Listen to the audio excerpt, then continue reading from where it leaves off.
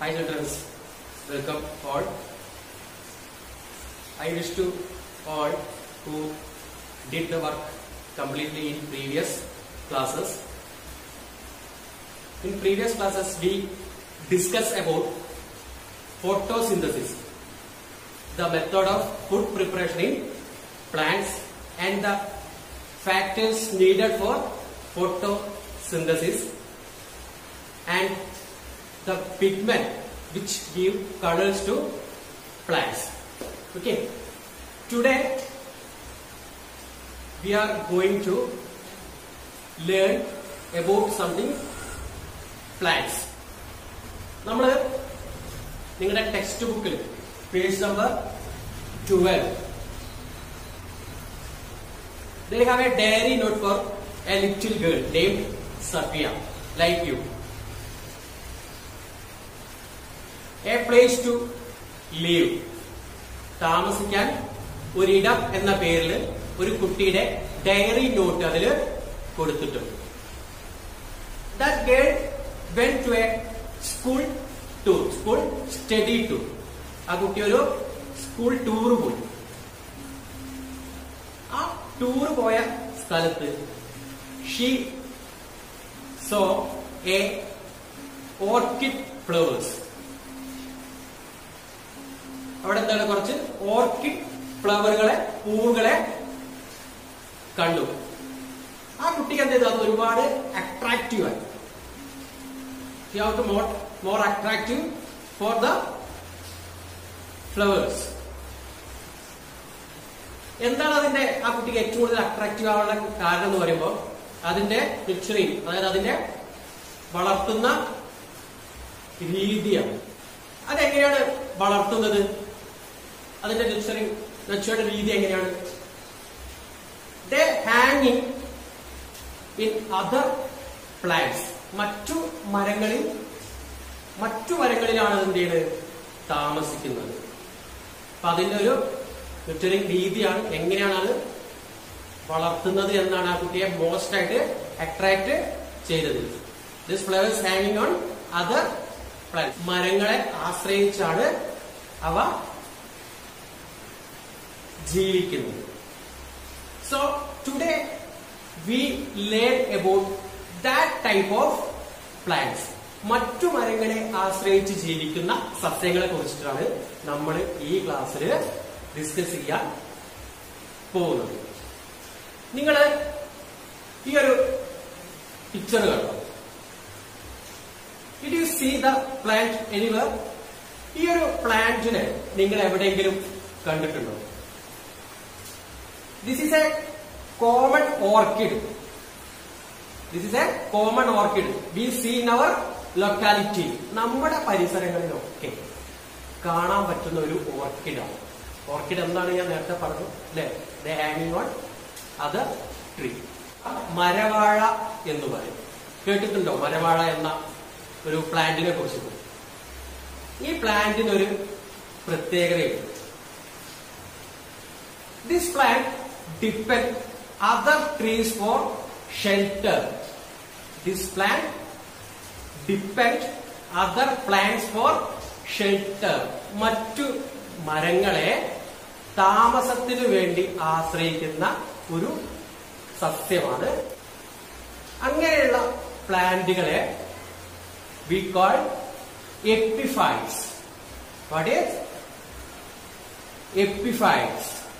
The plant which depend other plants for shelter is known as epiphytes. So we have to discuss the epiphytes. Will the presence of epiphytes affect the host plant? ഈ epiphytes എന്ന് പറയുന്ന ഈ plant അത് depend ചെയ്യുന്ന മറ്റു പ്ലാന്റ്സിന് എന്തെങ്കിലും ദോഷം ചെയ്യുന്നുണ്ട്? അങ്ങനെയുള്ള പ്ലാന്റ്സിനെ നമ്മൾ ടോട്ടലി ഒരു നെയിം വെച്ച് പറയാം, പാരസൈറ്റിക് പ്ലാന്റ്സ്. പരാത സസ്യങ്ങൾ.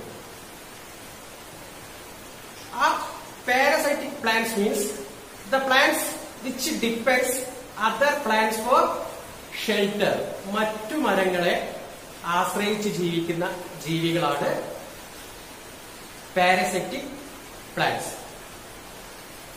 We divided into two.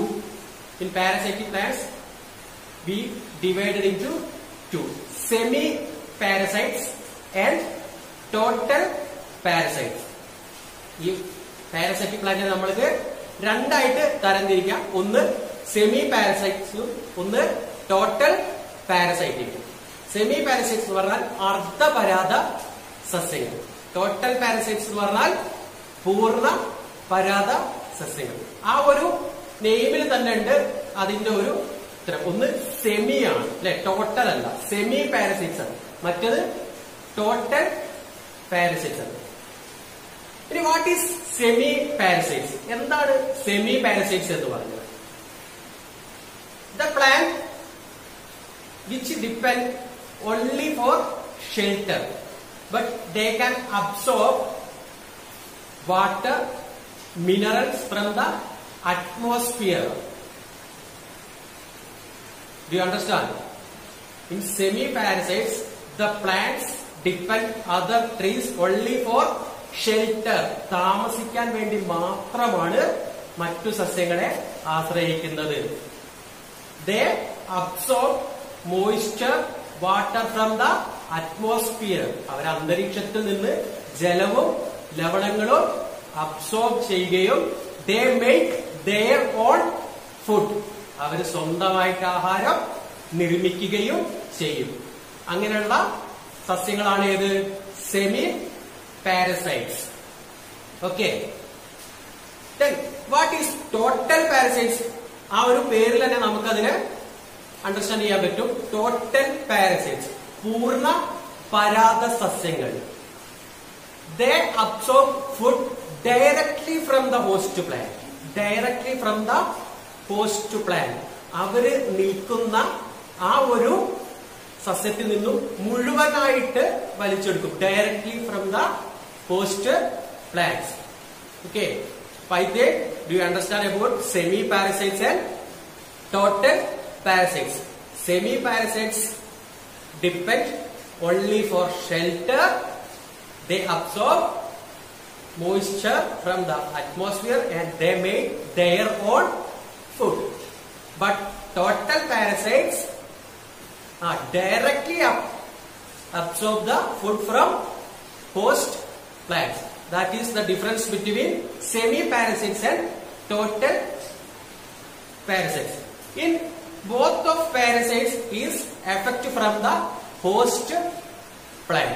ഈ രണ്ട് സസ്യങ്ങളും അവ നിൽക്കുന്ന ആ ഒരു ട്രീ ഏതാണോ അതിനെന്താണ്?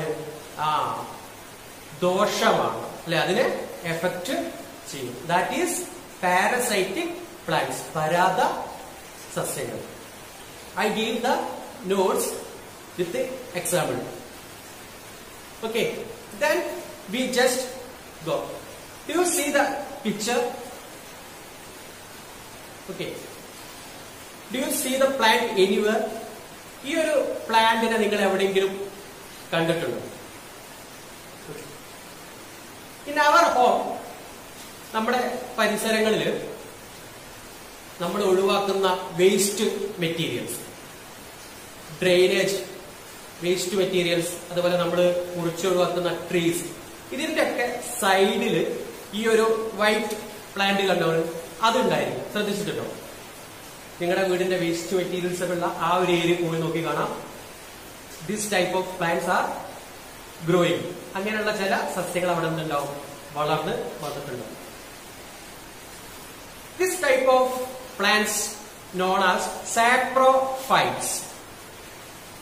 This type of plants known as saprophytes.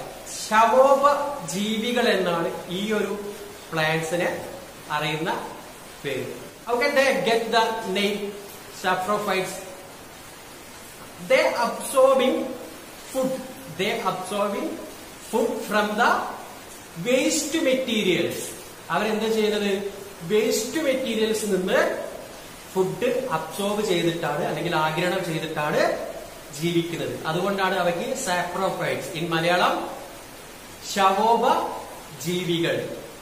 ശവോപ ജീവികൾ അല്ലെ, ആ ഒരു നെയിമിൽ ഉണ്ട്. അത് എന്താണ്, എങ്ങനെയാണ് ജീവിക്കുന്നത്? They absorb food from the waste materials. Okay, so they known as saprophytes. Did you hear the word mushroom? കൂൺ എന്ന് കേട്ടിട്ടുണ്ടോ? നമ്മൾ കഴിക്കുന്ന ഒരു ഫുഡ് പ്രൊഡക്റ്റ് ആണ് mushroom. Mushroom is A saprophytes. Mushroom എന്താണ്? ഒരു ശവോപ ജീവിയാണ് അല്ലെ. നമ്മൾ കഴിക്കുന്ന മഷ്റൂം എന്ന് പറയുന്ന ആ ഒരു പ്ലാന്റ് സാപ്രോഫൈറ്റ്സ് ആണ്. വേസ്റ്റ് മെറ്റീരിയൽസ് നിന്ന് ഫുഡ് അബ്സോർബ് ചെയ്ത് ജീവിക്കുന്ന ജീവിയാണ് saprophytes. So in this class we learn about the parasitic plants. പരാത സസ്യങ്ങൾ. They depend other plants. They can't get soil for growing. അവയ്ക്ക് വളരാൻ എന്തിന്റെ ആവശ്യമില്ല? മണ്ണ് ആവശ്യം ഇല്ല. They depend other plants for live. Okay. In parasitic plants we divided into two: semi-parasitic and total parasitic plants. Semi-parasitic plants means they make their own food, but they depend other plants only for shelter. Okay. In total parasites they depend shelter, food from the host plants. Okay. Then we next learn about saprophytes. ശവോപ ജീവികൾ. They absorb food from the waste materials like Neotia, Monotropa, mushroom. Okay. So we will stop the class. All students do the worksheet and write the notes.